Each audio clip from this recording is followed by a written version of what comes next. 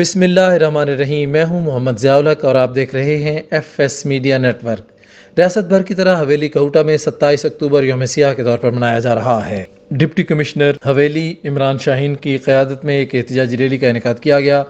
مزید تفصیلات بتا رہے ہیں حویلی میں موجود ہمارے نمائندے شیخ وحید اقبال۔ جی شیخ وحید اقبال بتائیے گا۔ جی بالکل، اس وقت موجود ہوں میں آزاد کشمیر کے ڈسٹرکٹ حویلی فارورڈ کوٹہ میں۔ ریاست بھر کی طرح آج ڈسٹرکٹ حویلی میں 27 اکتوبر کے حوالے سے یوم سیاہ منایا جا رہا ہے۔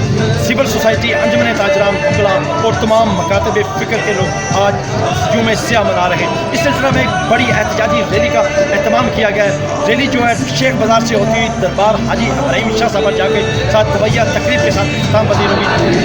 شرکائے ریلی میں سیاہ پرچم اٹھا رکھے ہیں اور بھارت خلاف نعرے لگائے جا رہے ہیں۔ شرکائے ریلی کا یہ کہنا ہے جب تک کشمیر کے مظلوم مسلمانوں کو آزادی نہیں مل جاتی، حویلی کا جوش و جذبہ اور ولولہ و تنتنا اس بات کا غماز ہے کہ حویلی بیدار ہے۔ اس وقت تک ہماری یہ جدوجہد جاری رہے گی۔